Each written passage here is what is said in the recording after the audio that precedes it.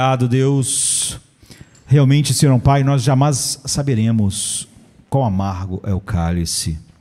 Nós jamais, Senhor Pai, saberemos daquilo que nós fomos perfeitamente, Senhor Pai, feito livres, porque nós nunca vamos experimentar a Tua ira, Senhor Deus, porque, Senhor Deus, toda ela foi derramada sobre o Seu Filho, e nunca saberemos, Senhor Pai, porque estando nele, nenhuma ira mais resta para nós, nenhuma condenação. Agora que esse amor, Senhor Pai, que essa glória, que essa bênção, Senhor Deus, que esse amor de Cristo nos constranja o coração e nos leve, Senhor Pai, não só a viver para Ele, mas a ousadamente proclamar o Evangelho, Senhor Deus, não se importando com nada, Senhor Pai, neste mundo, com nenhum tipo, Senhor Deus, de reação, que, Senhor Deus, tudo de bom, Senhor Deus, de todos os homens que Tu salvar, nós jamais, Senhor Pai, achemos que nós temos alguma coisa nisso, já que um, Senhor Pai, lança semente, outro rega, mas só Tu dá o crescimento sozinho. Ó Deus, e quando, Senhor Pai, for rejeitado, Senhor Pai, que nós não venhamos, Senhor Deus, a ter nenhum tipo, Senhor Pai, de dúvida ou querermos, Senhor Pai, nos proteger, que haja em nós uma alegria, Senhor Pai, de sairmos após Cristo, fora do arraial, levando o Seu vitupério, a Sua vergonha no mundo, que em vez de ser, Senhor, uma vergonha para nós possamos abraçar, Senhor Pai, como as coisas mais belas que nós podemos experimentar nesta vida, Senhor Pai. Foi dado a nós o privilégio não só de crer, mas de sofrer por causa do nome do Teu Filho, que a gente possa abraçar esse privilégio agora, Senhor Pai, e desfrutar eternamente da alegria que flui dele. É o que nós Te pedimos em nome de Jesus. Amém. Nós estamos no mês da reforma, não é? Então as pessoas começam a fazer série de sermões sobre os solas da reforma, e eu queria falar apenas rapidamente sobre uma doutrina para sublinhar algo que é um problema enorme em nossos dias. A graça é absolutamente maravilhosa, de fato, para nós. Será ou não, dependendo da nossa consistência. Nós vemos uma época que a consistência tem sido jogada fora. Muitas pessoas pregam doutrinas só para depois dizer que aquelas doutrinas não são fundamentais, quando elas, na verdade, são o coração do Evangelho. É como alguém descrever o coração para você e depois tentar te convencer que o coração não é fundamental para que todo o resto funcione. E o mundo reformado faz isso o tempo todo, não é? Essas doutrinas são o cerne do Evangelho. Ninguém pode entender o Evangelho sem esses solas serem solas de verdade, sem as doutrinas da graça serem de tal forma colocadas diante de nós que a gente realmente diga que ela é absolutamente maravilhosa e ela seja de fato para nós. Para isso, precisamos de consistência ao pregar e consistência ao viver. A Bíblia é cheia de declarações de homens consistentes. Davi diz assim: Deus é o meu refúgio, portanto, não temerei o que me pode fazer o homem. Você vê, se ele é um refúgio, então tem que ter um portanto. Se ele dissesse, Deus é o meu refúgio, mas eu estou morrendo de medo do mundo, do homem, então é óbvio que Deus não era o refúgio dele. Nós precisamos ser consistentes, mas é muito fácil nós não sermos consistentes e fingirmos que não estamos falando coisas contraditórias. Falarmos que Cristo é o príncipe da paz, portanto, eu tenho paz nele. Tem que haver um portanto, porque se ele é o príncipe da paz e eu não tenho paz, então o que a Bíblia diz que Cristo é a nossa paz, ele não é de fato para nós aquilo que a Bíblia diz que ele é. Então, a doutrina do pecado, ela nunca foi popular entre os pecadores. Então, desde que o pecado apareceu, a doutrina sobre ele não é popular. Satanás, com certeza, pensou que tinha finalmente arruinado os planos de Deus para o universo ao pecado entrar no mundo. A raça humana era a vitrine da criação de Deus. E homens e mulheres foram singularmente designados para terem um relacionamento com Deus que finalmente ou eternamente nem os anjos mais graduados poderiam gozar. Então aqui estava a criatura em todo o universo que realmente carregava a assinatura divina. E uma integração proposta no coração de Deus, em que o próprio Deus seria eternamente, quando esse plano estivesse concretizado, Deus e homem. Não é? E agora os homens se encontravam em ruínas, mas o diabo esqueceu de contar com o amor, a misericórdia de Deus. Nós podemos entender que nenhum ser angélico conhecia as facetas multiformes do caráter de Deus. Não é? Eles, por exemplo, nunca tinham visto Deus lidar com o pecado a não ser em juízo. Então, da mesma forma que a raça declarou guerra a Deus, ao contrário, não é, de todas as ideias do diabo, Deus anunciou uma paz. E nós sabemos que a queda, é óbvio, não foi uma surpresa para Deus, como nada pode ser surpresa para Deus, porque todas as coisas são só o fruto do seu plano eterno, que nós chamamos assim, mas podemos chamar do seu decreto. Então as coisas não acontecem simplesmente, não é? Deus está fazendo toda a sua vontade nos céus e na terra, e justamente quando parece o fim trágico de uma peça que foi muito curta, não é? A cortina se levantaria, a orquestra ia tocar, o drama magnífico, em vez de terminar, ele começa. Aquele não era o fim da história, o primeiro ato dessa peça redentora. Então, na verdade, tinha acontecido muito antes que o diabo pudesse imaginar, e os homens. O primeiro ato dessa peça redentora acontece na corte real do céu, na eternidade, quando só Deus existia. Nem anjos, nem universo, nem nada. Apenas Deus. Deus santo e eterno, Pai, Filho e Espírito Santo. E Paulo nos oferece assim o cenário. Ele diz: bendito o Deus e Pai do nosso Senhor Jesus Cristo, que nos tem abençoado com toda sorte de bênçãos espirituais nas regiões celestiais em Cristo. Assim como Ele nos escolheu nele antes da criação do mundo, antes da fundação do mundo, para sermos santos e irrepreensíveis perante Ele. E em amor nos predestinou para Ele, para a adoção de filhos por meio de Jesus Cristo, segundo o beneplácito da sua vontade, para o louvor da glória da sua graça, que Ele nos concedeu gratuitamente no amado, né? Efésios 1, de 3 a 6. E Paulo começa a explicar a maravilha de tudo isso. Eu comecei dizendo: será que a graça é maravilhosa mesmo? Quando nós estávamos cantando um hino que falava sobre a água, né? Sobre o mais doce que o mel, eu estava dizendo no final do hino que Jonathan Edwards disse que você pode entender que o mel é doce por alguém explicar e dar uma perfeita explicação, até científica, sobre o que faz ele doce. Mas ele diz uma coisa muito diferente quando você bota o mel na boca e sabe que ele é doce. Você sabia que ele é doce pelas explicações e não tinha nenhuma razão para duvidar. Mas quando você bota o mel na boca, você sabe que ele é doce de uma outra forma. Quando você bebe de Cristo, da água da vida, você sabe que ele satisfaz a alma de outra forma do que alguém simplesmente explicou. Quão boa era a água e aquele que beber dela nunca mais terá sede, não é? E Paulo então explica a maravilha de tudo isso. Ele diz: porque fomos escolhidos em Cristo, nele. Ele diz no verso 7: nele temos a redenção pelo seu sangue, a remissão dos pecados segundo a riqueza da sua graça. Então, nos tirando da família amaldiçoada de Adão e nos colocando em Cristo, a maravilha da graça se manifestou nesse ato soberano de Deus. Ele diz nos versos 11 e 12: fomos predestinados segundo o propósito daquele que faz tudo conforme o conselho da sua vontade. Não conselho de mais nada, nada fora dele, a fim de sermos para o louvor da sua glória, nós, os que de antemão esperamos em Cristo. Então, nas sociedades democráticas, nós estamos acostumados a escolher por nós mesmos os nossos governantes. Esperamos poder fazer isso e acreditar que estamos fazendo isso.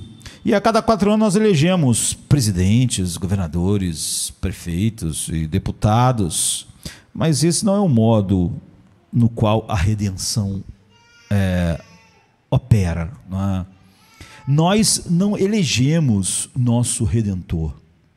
Nós não elegemos nossos redentores. Jesus disse assim aos discípulos: não fostes vós que me escolhestes a mim. Pelo contrário, é exatamente o contrário dessa ideia. Não é? Não fostes vós que me escolhestes a mim. Pelo contrário, eu vos escolhi a vós outros. E vos não para dar uma chance. Não é? Ele designa algo na sua escolha. E vos designei para que vades e deis frutos. E não só que vocês deem frutos, mas que o fruto de vocês permaneça. Ele que está fazendo. Ele não só nos escolheu, ele não escolheu para então a gente fazer algo. Ele escolheu e designou que aqueles que ele escolheu vão dar frutos. E esses frutos nunca vão morrer. Então nós tentamos escolher nossos líderes com base em seus feitos. Nós olhamos para a sua biografia, olhamos para as suas ideias, para a sua ideologia. Não escolhemos, muitas pessoas às vezes falam como se quando a gente escolhesse presidente, governador, prefeitos, a gente está escolhendo alguém para ser, sei lá, o apóstolo Paulo. Nós escolhemos homens dentre as possibilidades que temos, que com base naquilo que eles pensam, eles dizem, ou eles já fizeram, sabendo que, na maioria das vezes, são meros homens que nem são regenerados, mas que estão defendendo ideias e têm uma ideia de mundo que está mais de acordo com aquilo que nós pensamos. Então a gente tem que escolher nossos líderes com base em seus feitos, mas Deus não nos escolhe assim, não é? Ele nos escolhe apesar de nós e não por causa de alguma coisa em nós. Então ele diz: do mundo vos escolhi, em João 15:19. Então, em vez de deixar toda a raça humana perecer em uma sentença eterna justamente merecida e proferida por Deus, Deus selecionou homens e mulheres de uma raça rebelde, de uma raça que não merece nada de Deus. Mas, em Apocalipse 5:9, diz que ele fez isso escolhendo homens rebeldes, dessa raça rebelde, de toda a tribo, língua, povo e nação. Então, esse remanescente do mundo inteiro, esse remanescente que Deus mesmo separou, escolheu, forma uma nova raça espiritual com um novo cabeça, que é o seu filho. Aqueles que pertencem a essa nova raça certamente ainda pertencem à raça humana, não é? Mas são dotados e adotados na própria família de Deus. São levados. Eles não fogem, eles não saem. Ele tirou eles do império das trevas e levou para o reino do seu Filho amado, o reino do Filho do seu amor. Então, da ponta da mesa, o nosso Pai Celestial, ele nos lembra, como Pedro coloca assim em 1 Pedro 2,9: vós, porém, sois raça eleita, sacerdócio real, nação santa, povo de propriedade exclusiva de Deus, a fim, com o propósito, ninguém que está entre eles não está dentro desse propósito, né? Foi para isso. Propriedade exclusiva de Deus, a fim de proclamardes as virtudes, as belezas, as glórias daquele que vos chamou das trevas para a sua maravilhosa luz. Então, alguém colocou dessa forma, né? Um poeta: não fui eu quem te escolhi, porque, Senhor, isso não poderia ser. Este coração ainda te recusaria hoje, se tu não tivesse me escolhido. É óbvio que o coração dele não recusa mais Deus, não é? Mas ele diz: esse coração ainda te recusaria. Então a pessoa que escreveu essas linhas estava convencida da sua própria inabilidade de desejar Deus. E o autor sabia que a condição de uma pessoa sem a intervenção soberana de Deus é tão crítica que ninguém jamais Escolheria Deus, a não ser que Deus houvesse escolhido e a escolha desses corações fosse o efeito, não é? O resultado e o efeito daquilo que Deus fez neles. Então, sem isso, ele está dizendo o que a Bíblia diz, que estaríamos todos fugindo de Deus sem fim, como sempre fizemos, tentando encobrir nossa culpa, tentando encobrir nossa vergonha, tentando ter uma desculpa para o pecado, tentando... isso é comum, isso é poderoso no ser humano. Muitas pessoas dizem, não, Jesus levou a minha culpa, mas eles costumam transformar o pecado deles em uma outra coisa que não é o pecado de verdade. Então, nós estaremos ainda tentando fugir de Deus, tentando encobrir nossa culpa e vergonha, mas Deus determinou fazer-nos sua própria possessão. E se nos tornamos filhos de Deus, é só por uma razão apenas, como está aqui em Efésios 1, 4 e 5. Em amor, Ele nos predestinou para Ele, para a adoção de filhos.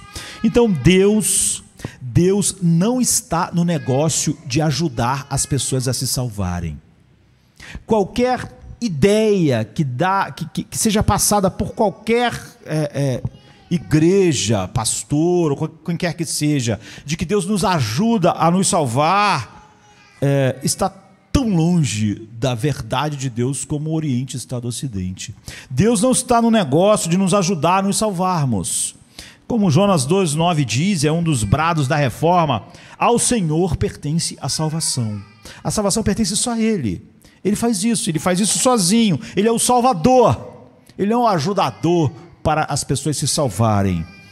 Porém, essa doutrina levanta muitas questões e objeções, até por quem diz crer nela. E é por isso que muitas pessoas, depois de falarem sobre ela, dizem que ela não é o coração da nossa salvação. E que alguém pode ser salvo sem olhar e contemplar uma salvação que é feita e operada apenas por Deus. E os apenas, e os somente, e os solas, você vê que são só um jogo de palavras. Então, frequentemente eu escuto que a doutrina da eleição é uma boa defesa para a inspiração. Não é? Quantas vezes eu li isso em livros antigos, parecem empoeirados pelo tempo, que essa doutrina ela é uma tremenda defesa da inspiração das Escrituras, porque nenhum homem ou mulher mortal, pecador, poderia ter inventado uma ideia que glorificasse tanto a Deus e humilhasse tanto o homem. Ninguém. Porque a eleição é a antítese de todo o humanismo secular. Tira tudo do homem, não deixa nada para ele e dá tudo para Deus. É o extremo oposto.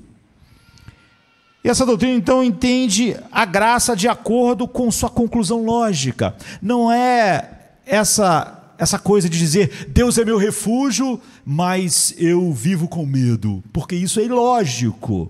Não é? Isso não é a conclusão que os salmistas chegam. Não é? Porque tu és o meu ajudador, eu não temerei mal algum. É assim. Porque o Senhor é o meu pastor, então na vida tudo vai me faltar. Não, nada, ele está cuidando. Então essa doutrina entende a graça de acordo com sua conclusão lógica. Se Deus me salva sem minhas obras, então Ele deve me escolher a parte das minhas obras, porque senão tudo se perde, todo o propósito. Porque o assunto da eleição ou predestinação traz dificuldades, porque ela realmente é a antítese do humanismo secular. E mesmo hoje as pessoas que dizem proclamar essas verdades não estão tão de mal com o humanismo secular, então tentam resolver o problema dizendo, depois de falar sobre isso, que isso não é exatamente aquilo que alguém precisa saber. Mas sem saber isso, você não sabe sobre a salvação, nem sobre o que Deus fez desde a eternidade passada. Então, porque todas as vezes que os termos são levantados em uma conversa, as pessoas se movem, não é?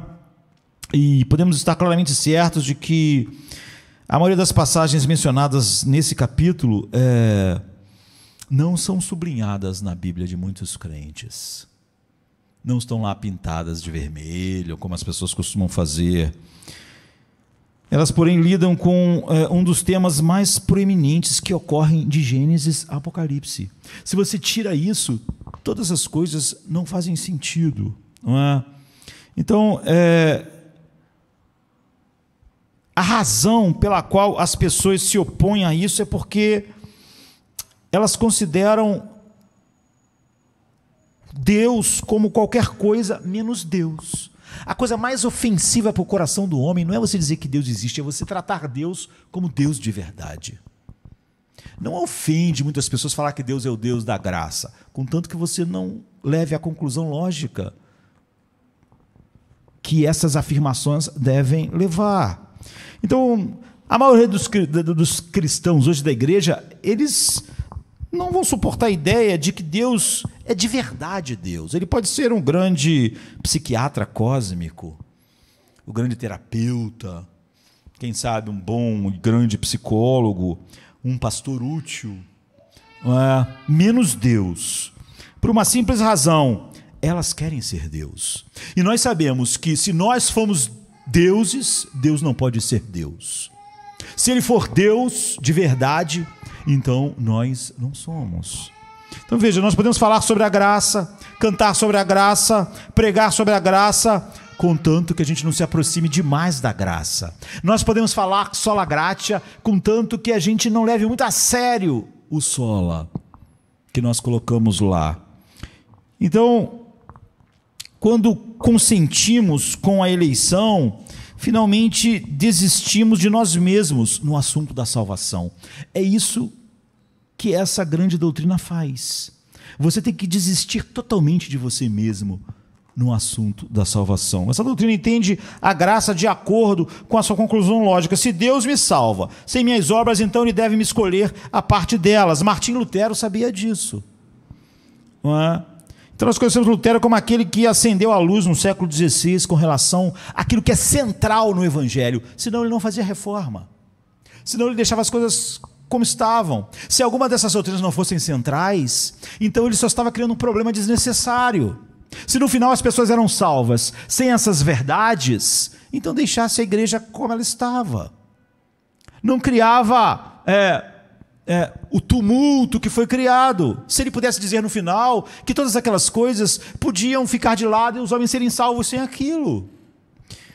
Então, quando Martim Lutero argumentou pela justificação somente pela graça, por meio da fé apenas, Lutero insistiu que essa doutrina da eleição era o único guardião necessário da justificação. Que se você tirasse esse guardião, a justificação não era somente pela graça de verdade.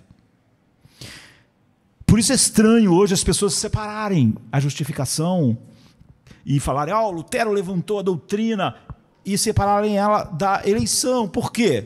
Porque você tirou o guardião e ela não é mais só pela graça. A igreja nunca teve problema com justificação e graça na época de Lutero, mas os somentes é que eram o problema. Quando Erasmo escreveu que esses debates, e você sabe que o grande debate da reforma foi entre Erasmo e Lutero sobre a escravidão da vontade, sobre o livre-arbítrio, quando Erasmo escreveu que esses debates eram para teólogos, não para ouvidos comuns, Lutero respondeu a ele. E Lutero disse assim: se for irreverente, se for inquisitivo, se for desnecessário, como você diz, falar sobre a escravidão da vontade, o livre-arbítrio, a eleição, a doutrina da eleição, se for irreverente, se for inquisitivo, se for desnecessário, como você diz, o que então, eu lhe pergunto, pode ser reverente, útil e necessário saber? Lutero diz o seguinte para ele: se isso não for útil, necessário, central, nada mais é. Então eles não precisam saber de nada. Então, é óbvio que hoje as pessoas continuam levantando questões, não no mundo apenas. O mundo, naturalmente, é inimigo de toda coisa que exalte Deus e diminua o homem. Imagine a doutrina que dá tudo a Deus e tira tudo do homem. Como eu disse, a antítese final do humanismo. Então, a questão é, a eleição nega o livre-arbítrio. Se Deus já tomou minha decisão por mim, as pessoas colocam e infelizmente muitos cristãos. Eu realmente não tenho qualquer escolha quanto ao assunto? Tenho. Às vezes, em certas áreas da vida, nós não temos escolha, né? Então, um prisioneiro, por exemplo, você sabe que existe o indulto, não é? O presidente americano, por exemplo, quando vai acabar ali o seu governo, ele dá indulto. Aqui no Brasil também, o governo dá indulto e pode perdoar. O cara está condenado a não sei quanto tempo, dá um indulto. Aqui no Brasil é mais absurdo ainda, porque em vez de dar indultos particulares, eles dão indultos assim a uma classe inteira. Quem está há tanto tempo disso, está tudo em indulto de Natal, solta um monte de gente. Então.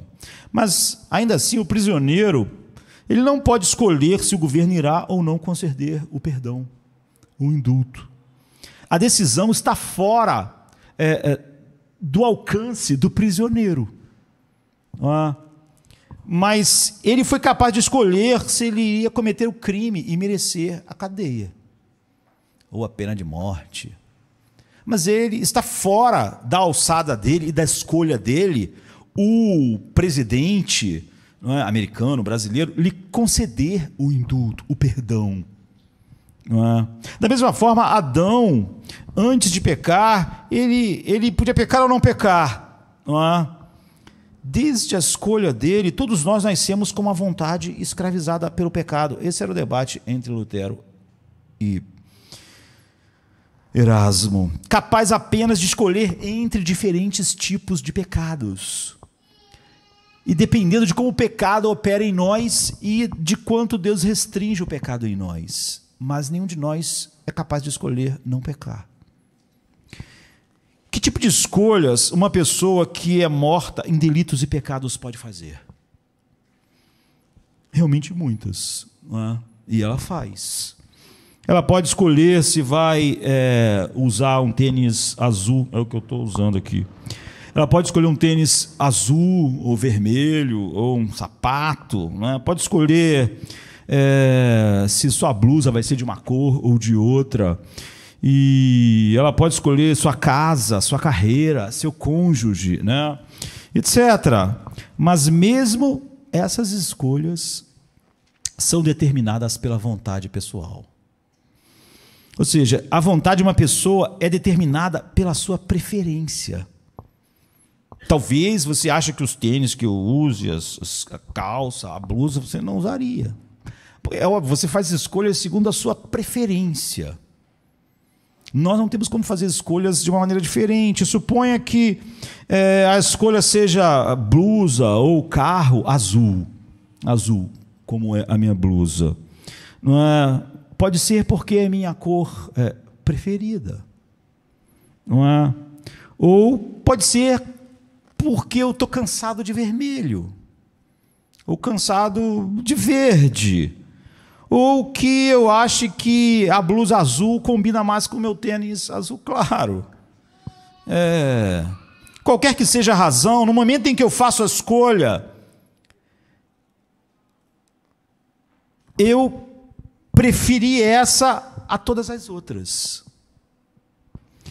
Da mesma forma, nós não podemos escapar das nossas preferências quando escolhemos qualquer coisa. Nós somos escravos das nossas preferências.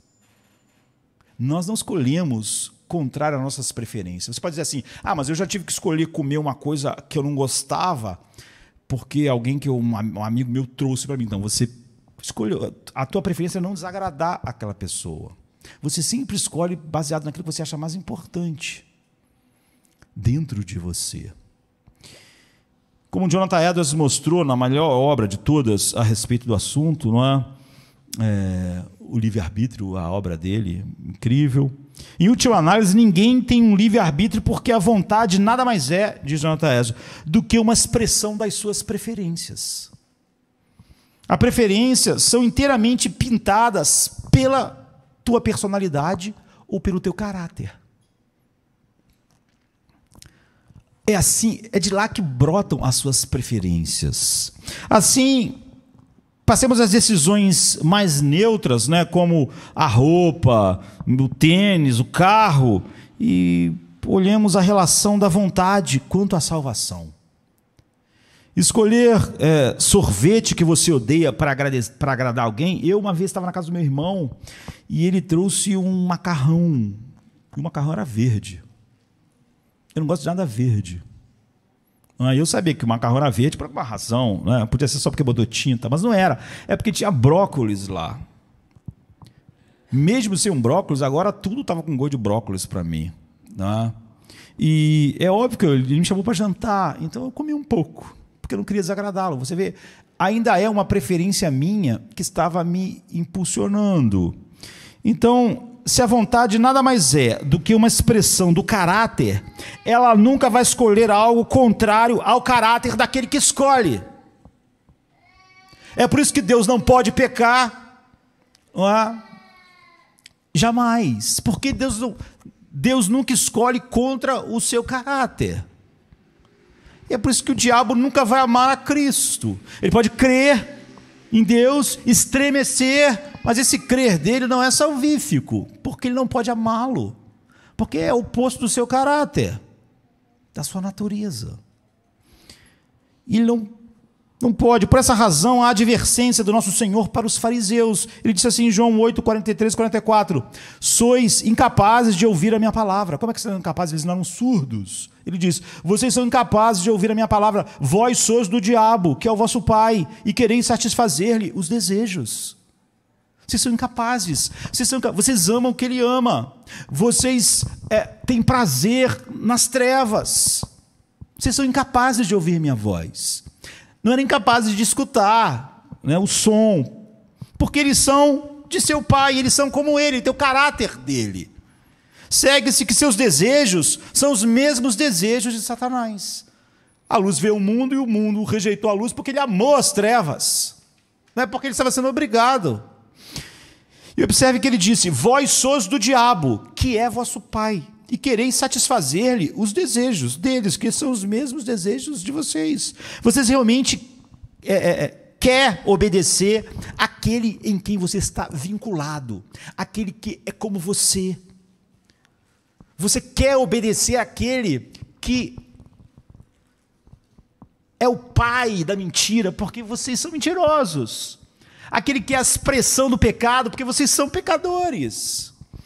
Esse é o ponto. Se Deus o deixasse por si só para decidir, escolhê-lo ou rejeitá-lo, você sempre iria recusar a Deus, enquanto pertencesse ao diabo, e o mundo inteiro jaz no maligno.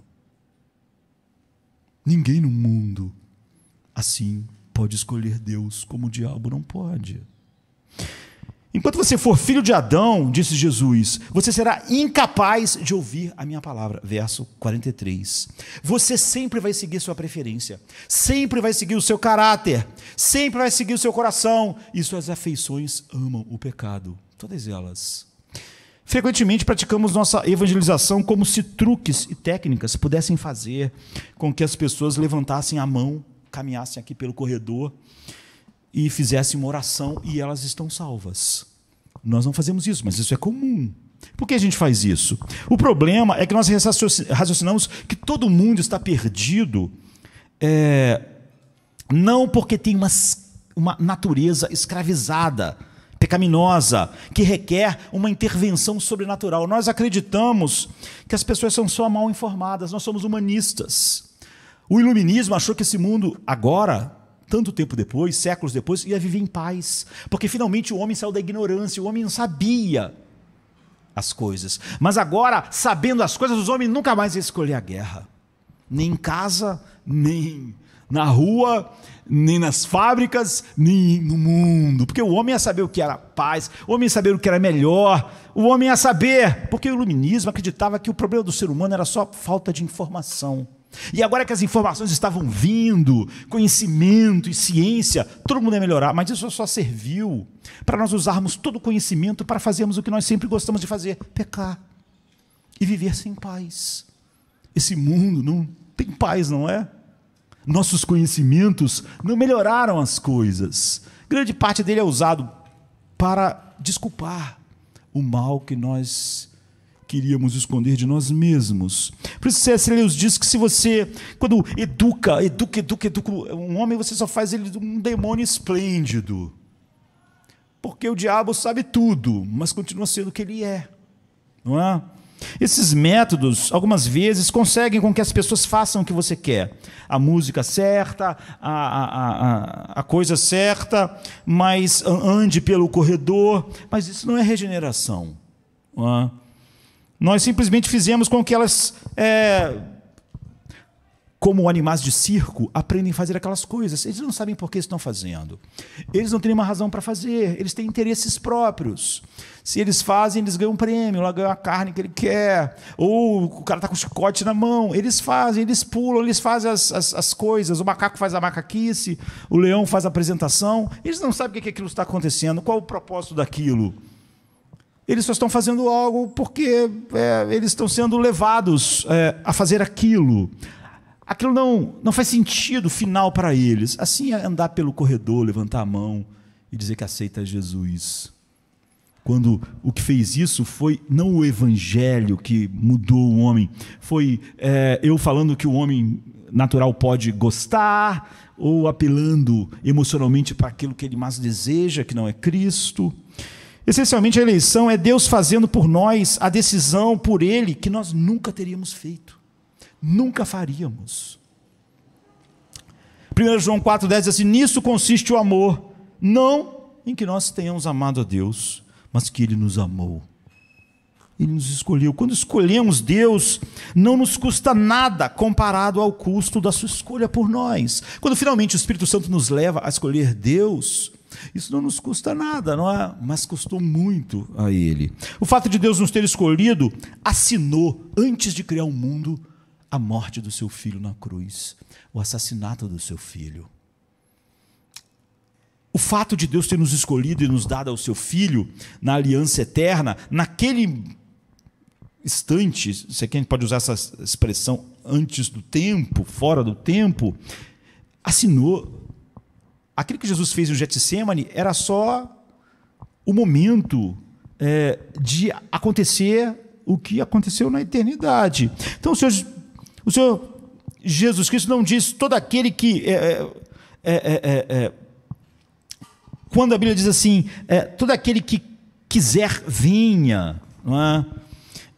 O Senhor, Ele não está dizendo tudo que for branco que venha, ou todo aquele que for ocidental que venha, ou todo aquele que for assim que venha. Não, Ele não restringe a oferta. O que a Bíblia está dizendo, como é o plano de Deus, é que não vai estar restrito a nenhum grupo étnico, político, socioeconômico, nenhuma raça, tribo, nação vai estar excluída por essas coisas.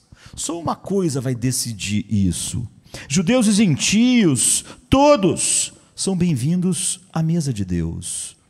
Mas quando uma pessoa deseja vir, é porque ele ou ela foi escolhido e convertido pela graça de Deus apenas, somente a graça. Consequentemente, quando uma pessoa vem, no que diz respeito a ela vem livremente, não é? Porque ninguém a forçou externamente ela a vir. Não é? Como ninguém força os homens a amarem as trevas, eles amam. Eles não são obrigados a pecar, ninguém é. A natureza dele prefere o pecado, ama o pecado. De tal maneira que todas as suas escolhas, como a gente viu, estão ligadas nas suas preferências. Deus muda a nossa disposição natural, direcionada para o ego, para o eu, o homo incurvatus em si, e nos liberta pela primeira vez da escravidão a nossa vontade pecaminosa centrada em nós mesmos. Então nós tomamos a decisão que está em harmonia com a nova natureza, que tem Deus como centro, Deus como tesouro, que tem um anseio de que a vontade dele seja feita na terra e no céu, e não a minha. Você vê? Tão livremente quanto nós odiávamos Deus, agora nós amamos. Nós não odiávamos Deus porque alguém nos obrigava.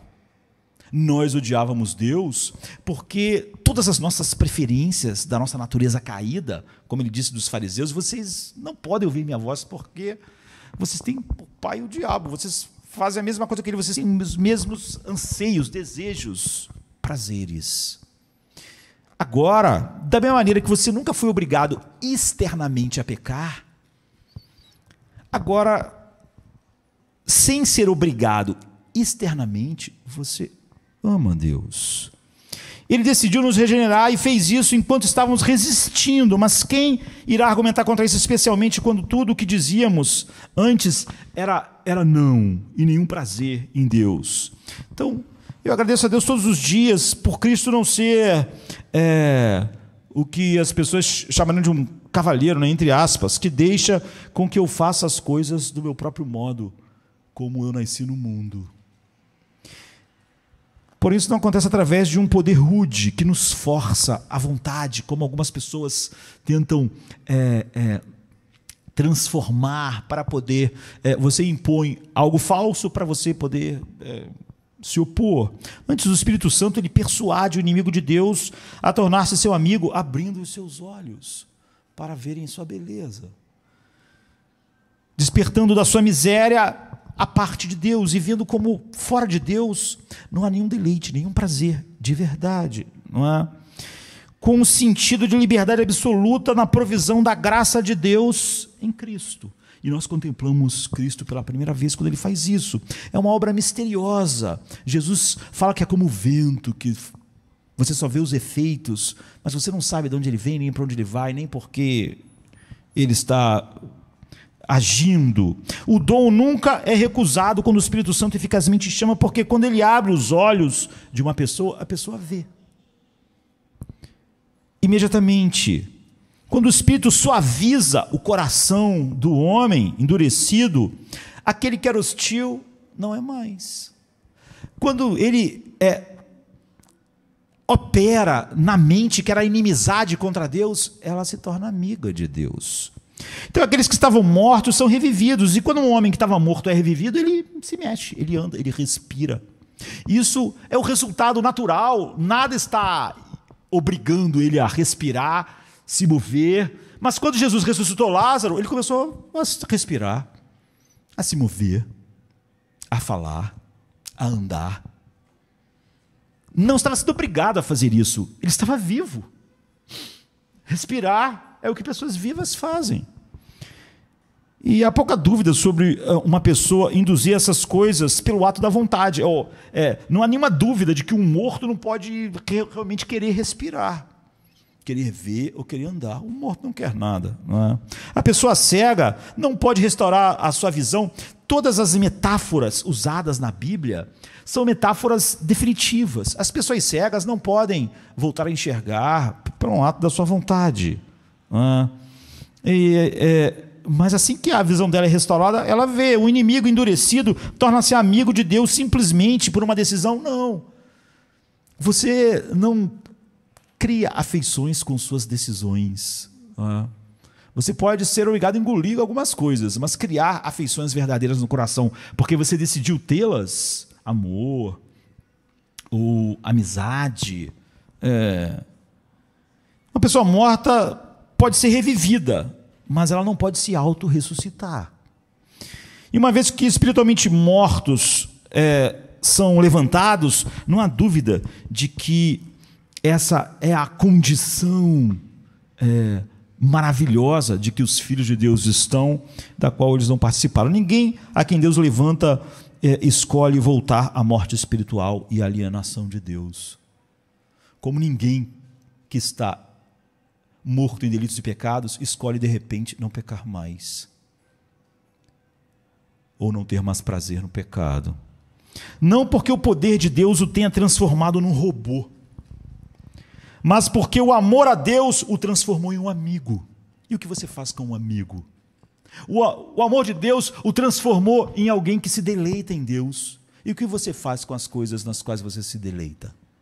O homem não é um robô quando peca, apesar dele sempre pecar, mas ele ama o pecado. Isso é infalível e certo, mas é assim porque Deus nos conquista através de uma persuasão amorosa de transformar as fontes da nossa vida, onde fluem a vontade, as afeições. Então a Confissão de Fé de Westminster declara: todos aqueles a quem Deus predestinou para a vida, e somente estes, aprove ele no tempo por ele determinado e aceito, chamar eficazmente por sua palavra e por seu espírito, daquele estado de pecado e de morte em que estão por natureza, a graça e salvação por meio de Jesus Cristo, iluminando suas mentes espiritual e salvificamente, para entenderem as coisas de Deus, removendo seus corações de pedra e dando-lhes um coração de carne, renovando sua vontade, não atirando ou forçando. E, por seu infinito poder, determinando-lhes o que é bom e eficazmente atraindo-os a Jesus Cristo, mas de tal forma que eles vêm muito livremente, sendo para isso dispostos por sua graça. Então o apóstolo Paulo anuncia que a salvação não depende de quem quer ou de quem corre, mas de Deus usar da sua misericórdia. Romanos 9,16. Paulo não quis dizer com isso que nós não queremos e nem corremos. Mas ele disse que a salvação definitivamente depende da vontade, da decisão e da corrida de Deus. E não depende de quem corre e de quem quer. Mas querer e correr depende da vontade de Deus. Ele não está dizendo que alguém pode estar no reino de Deus sem querer Deus, ou sem correr a corrida, mas não depende disso. A corrida dependeu da vontade, decisão e obra de Deus. Talvez à primeira vista isso seja ofensivo, não é? Mas com certeza faz com que a vida pulse com alternativa, a única. É uma medida de nosso egoísmo que não queremos nos ressentir por termos Deus nos amado antes de nós mesmos o amarmos. Isso é só um coração muito inimigo de Deus que poderia ter problema com o fato, não é? A outra questão é se a eleição é determinista. A salvação não é uma questão de destino em vez de amor, não é? Algumas pessoas dizem. Obviamente, se há qualquer ordem no universo e em nossas vidas, alguém ou alguma coisa determinou a história, ou então não há ordem, não é? Desde o destino das minhocas, dos vermes, dos vírus, aos seres humanos. Para os gregos antigos e romanos, era uma força impessoal, conhecida como destino. E é por isso que a gente tem esse conceito. Os persas, as religiões orientais, misteriosas, eles criam que a história era uma disputa entre o bem e o mal, pessoal ou não.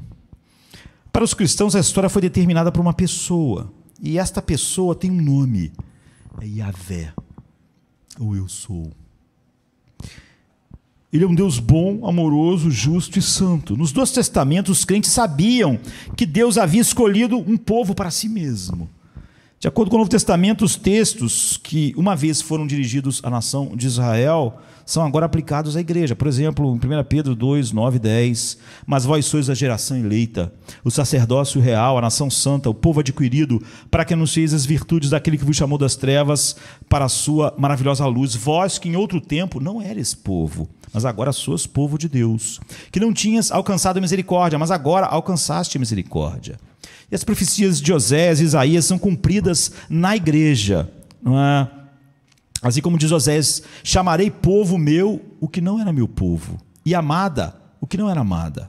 E no lugar em que lhes disse, vós não sois meu povo, ali mesmo serão chamados filhos de Deus, diz Paulo mencionando o texto do Velho Testamento em Romanos 9, 25 e 26. Deus está juntando um povo para adorá-lo e para celebrar, não é, a sua majestade, um grupo chamado, um grupo escolhido dentre o mundo. O que precisamos ver em tudo isso é que uma pessoa está elegendo um povo, não uma força impessoal.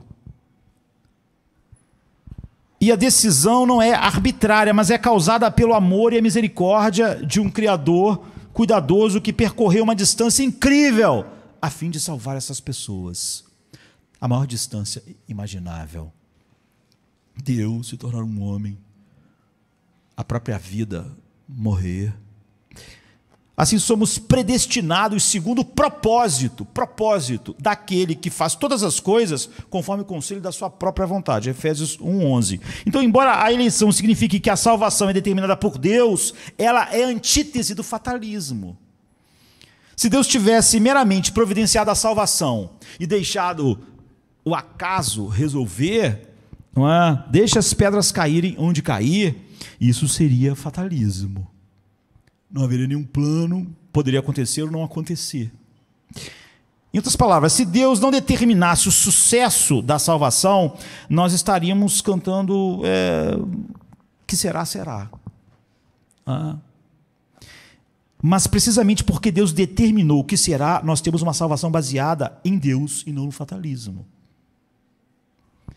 Cristo disse, eu conheço as minhas ovelhas, João 10,14. Nossa salvação está nas mãos de um Salvador amoroso que não apenas nos escolheu, mas ofereceu o seu corpo como sacrifício pelos nossos pecados, como um homem. Essa é a razão pela qual é tão importante enquadrar qualquer discussão sobre eleição dentro da esfera da pessoa de Cristo. Em Cristo vocês foram escolhidos, em Cristo, em Cristo. É assim que Paulo enche o livro de Efésios, né? Porque todo o primeiro capítulo de Efésios é assim, em Cristo, nele, no amado. Não é? Deus não nos escolheu apenas, Ele nos escolheu em Cristo. Por causa dele, pelo propósito que Ele tem em Cristo, em seu Filho. Cristo então, Ele é o centro da nossa eleição. Ele é o propósito da nossa eleição. Isso significa que não descobrimos nossa eleição procurando em qualquer lugar. Você não procura descobrir se você é eleito. A não ser em Cristo. Você confia em Cristo. Ele é o seu tesouro. Ele é a coisa mais importante. Estamos nele pela fé em sua obra acabada, em sua obra completa. Somente a obra dele nos salva. Nós amamos ele de uma maneira que nós somos constrangidos a viver para ele. Nós temos uma alegria indizível e cheia de glória nele. É isso que descreve um eleito. Ele não procura isso em outro lugar, a não ser em Cristo. Pedro diz assim, para que a prova da vossa fé, muito mais preciosa do que o ouro que perece e é aprovada pelo fogo, se ache em louvor e honra e glória na revelação de Jesus Cristo. Aí ele continua, ao qual, não havendo visto, amais. No qual, não vendo agora, mas crendo, vos alegrais com alegria indizível e cheia de glória. Essa é a marca. Esse é o único teste infalível para sabermos se Deus nos escolheu nele antes da fundação do mundo. Em Efésios 1,4. Não devemos olhar para nossas obras, para o nosso sucesso ou nosso fracasso. Não é assim que nós olhamos para Jeremias e Paulo. Ou olhar para qualquer outra coisa além de Cristo para a confirmação da nossa eleição. Porque nós somos eleitos em Cristo. Qualquer discussão que coloque qualquer coisa como centro da mesma, até mesmo coisas santas, eu fui eleito porque eu faço isso, porque eu oro muito, porque eu faço isso, é destinado a ser uma distorção totalmente não bíblica. Nessa conexão é importante dizer uma palavra de cautela para nós.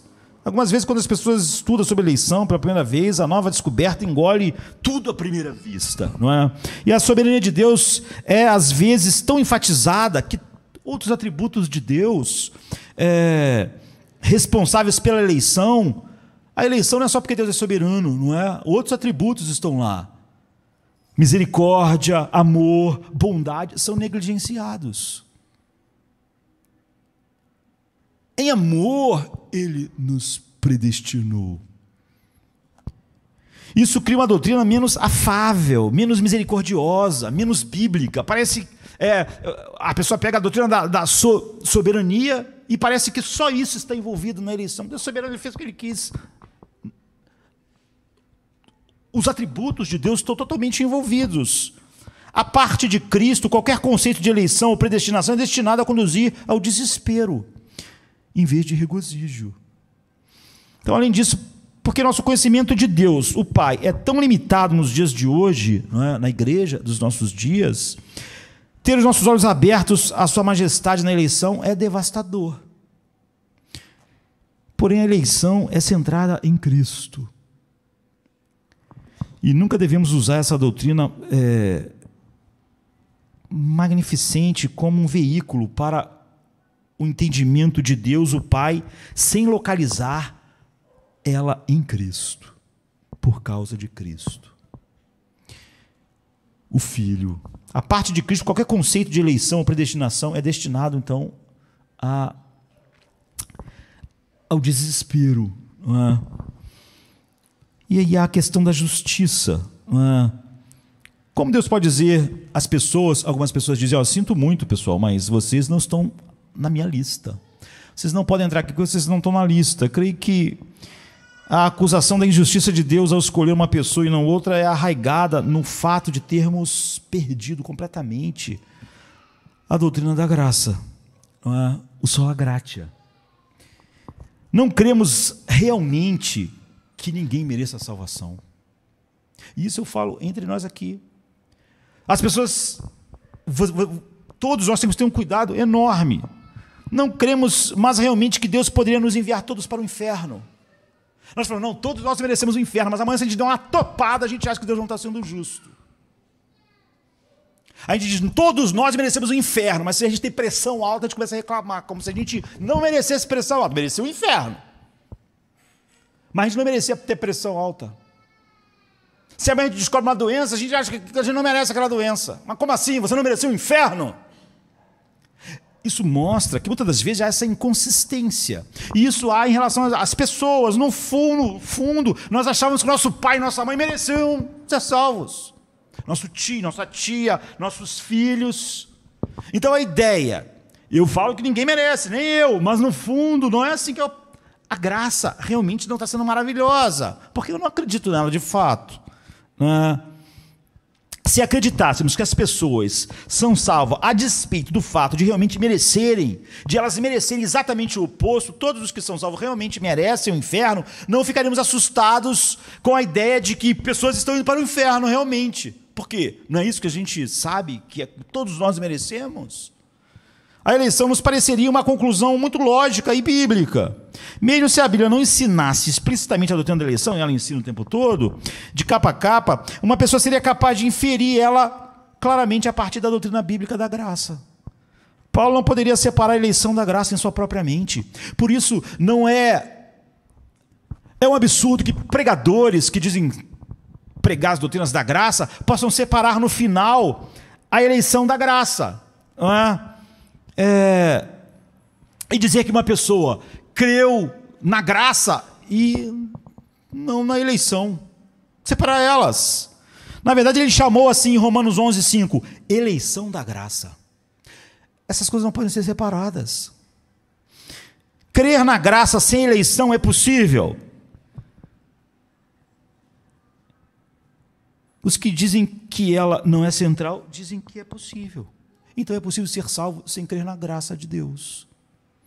Porque, como você viu, Paulo disse que esse era o guardião de que a justificação era realmente pela graça e de que tudo é por graça. Então, o que é justo? Recebermos o que merecemos é justo. Receber o que merece é o conceito de justiça. Você merece ser salvo? Não. Alguém merece? Não. Então alguém disse, essa também foi a minha maior dúvida que eu tive quando eu comecei a ver essas doutrinas nas Escrituras. E ele diz, o centro do meu problema é que eu não podia entender porque Deus havia me escolhido, e não a minha vizinha, que era uma pessoa que eu achava que era muito melhor do que eu. E ele discutiu bastante com esse conceito, mas afinal começou a raciocinar, não é? Percebendo que esse é o erro básico do ser humano, não é? Quando Deus diz no Salmo 50, vocês pensam que eu sou como vocês, não é? E é uma música do Rolling Stones que diz, sai da minha nuvem. Ele fica...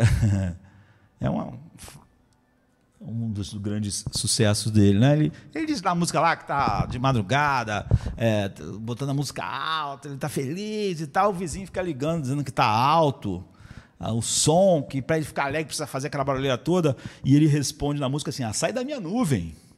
Não é? Essa aqui é a minha nuvem, pô. Você está entrando na minha nuvem. E quando você lê Romanos, Deus está dizendo exatamente isso para nós de alguma forma, né? Saia da minha nuvem, não é? Pare de pensar que eu sou o seu sócio. Para de pensar que eu sou um homem. Para de pensar que eu sou como você.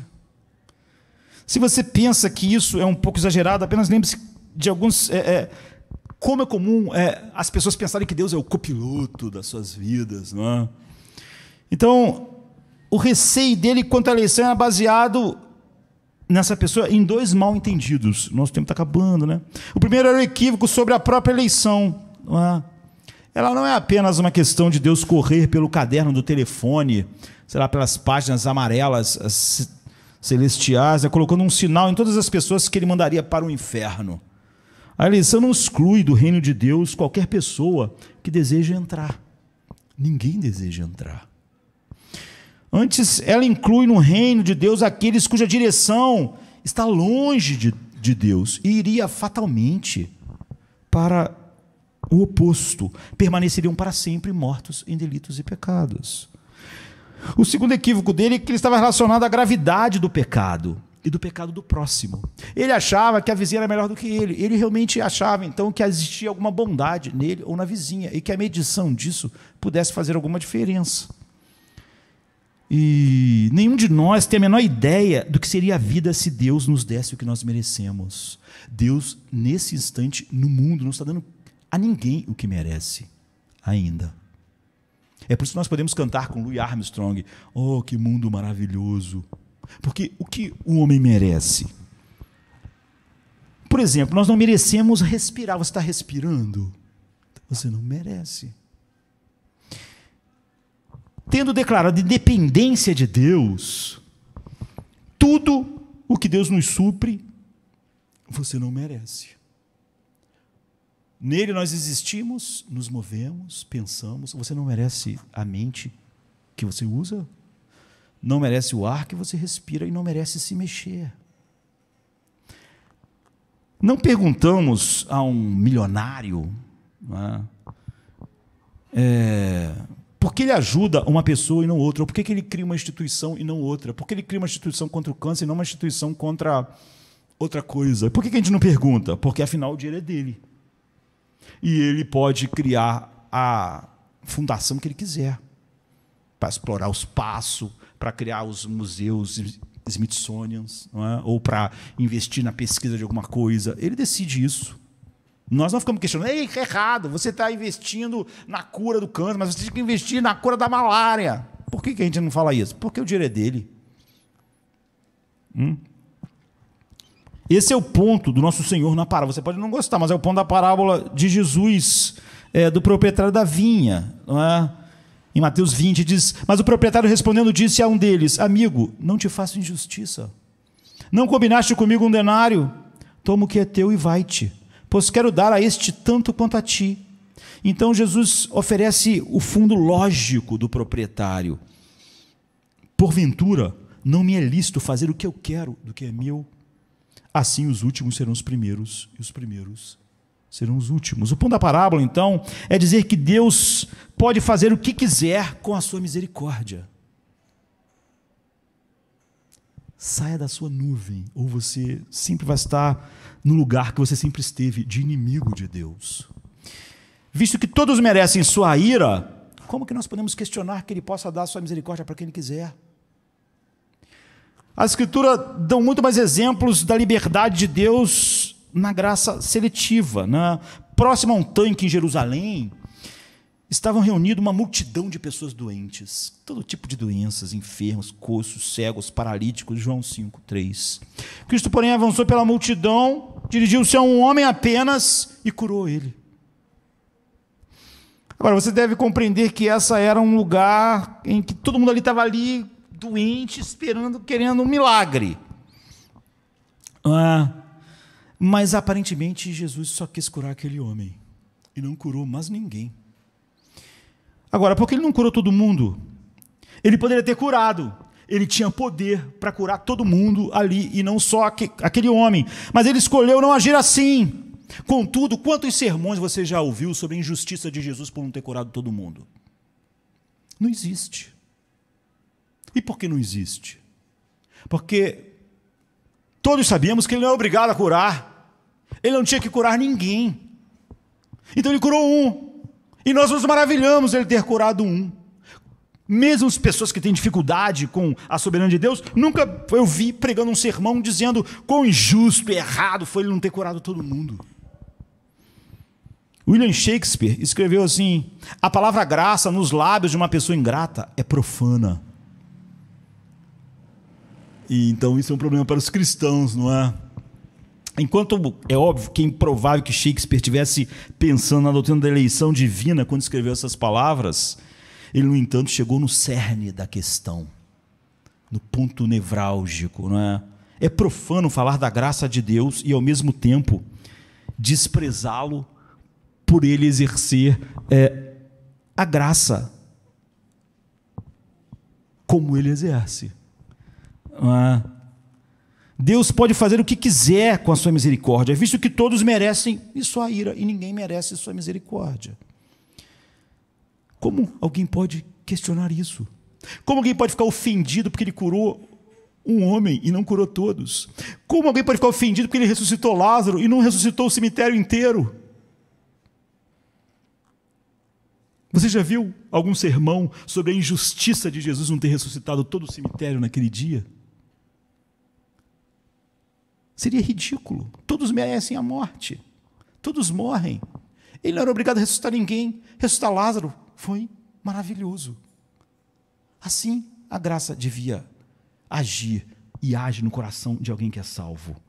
Spurgeon disse uma vez: o que me surpreende não é que Deus não escolhe a todos, mas o fato de que ele me escolheu. O apóstolo Paulo diz: logo, ele tem misericórdia de quem quer, e também endurece a quem lhe apraz. Tu, porém, me dirás: de que se queixa ele ainda? Pois quem jamais resistiu à sua vontade? Quem és tu, homem, para discutires com Deus? Porventura pode o objeto perguntar a quem o fez: por que me fizeste assim? Ou não tem um oleiro direito sobre a massa para, do mesmo barro, fazer um vaso para honra e outro para desonra? Em outras palavras, a eleição divina de pecadores é baseada na misericórdia. Você não pode dizer crer nisso e depois dizer: por que Deus não salvou meu pai, minha mãe? Ou você crê numa coisa ou na outra. E se você não crê na Bíblia, você, é óbvio, está em inimizade contra a mente de Deus. Então você está reclamando do quê? Na cruz, Deus reconciliou sua misericórdia e sua justiça, mas o ponto a que essa doutrina está ansiosa para chegar é que os crentes são salvos pela escolha graciosa de Deus, a despeito do que eles, como homens e mulheres caídos, merecem, que é a sua ira. Então, nenhum criminoso sentenciado e condenado pode pleitear a justiça do juiz. Poder ele pode, mas ele não vai fazer isso. Porque se ele é um criminoso, tudo que ele não quer é a justiça. Ele pode clamar por misericórdia. Então, a eleição, consequentemente, é a escolha de Deus de não apenas absolver, mas de adotar para a sua família. Há alguns outros pontos importantes que perturbam a mente das pessoas. Mas, é óbvio, não podemos abordar agora que o meu tempo acabou. O que é fundamental é nós percebermos que você não pode colocar as verdades de Deus separadas uma da outra e crer nelas separadas. Eu creio aqui nisso e creio nisso, e isso não tem consequência aqui. Crer que Deus é um refúgio e não sentir nenhuma segurança. Crer que todos merecem a ira e depois agir como se isso não fosse verdade. Falar no sola gratia e depois dizer que sem o sola gratia alguém pode ser salvo. Nós precisamos, para realmente sermos quem a Bíblia diz que nós somos, se estamos em Cristo, ser íntegros, não no sentido de perfeição, mas no sentido de há uma integralidade naquilo que daquilo que foi feito em nós, naquilo que nós cremos e naquilo que nós estamos sendo levados. Nós não cremos em coisas conflitantes e deixamos elas separadas, porque senão elas estão dizendo coisas opostas. Eu não tenho trevas e luz e simplesmente mantenho elas longe uma da outra para ninguém perceber que essas duas coisas estão operando. Então o que nós precisamos não é a cada ano pensarmos nas doutrinas da salvação, nos solas da reforma e continuarmos operando com base naquilo que é o oposto realmente a essas verdades, que é o humanismo secular. Não há nenhum acordo, não há nenhum ponto de acordo. E sempre que as pessoas tentam um acordo, elas vão fazer isso. Não é? Elas vão falar sobre algo, vão dizer que aquilo é o plano eterno de Deus e de alguma maneira vão depois tentar separar isso e dizer que é uma salvação sem isso. Mas sem isso não há nada. É a eleição da graça. É somente a graça. E sem isso, nós não temos mais o Evangelho. Vamos ficar de pé. Vamos orar. Venha se cansado estás, e eu descanso darei.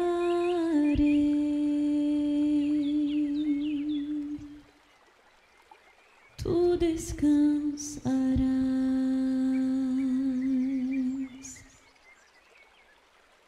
Venha a mim se não tens paz, e eu darei paz sem fim. Terás paz sem fim. O meu jugo é leve, o meu fardo graça dá. Tome tua cruz, te darei a paz.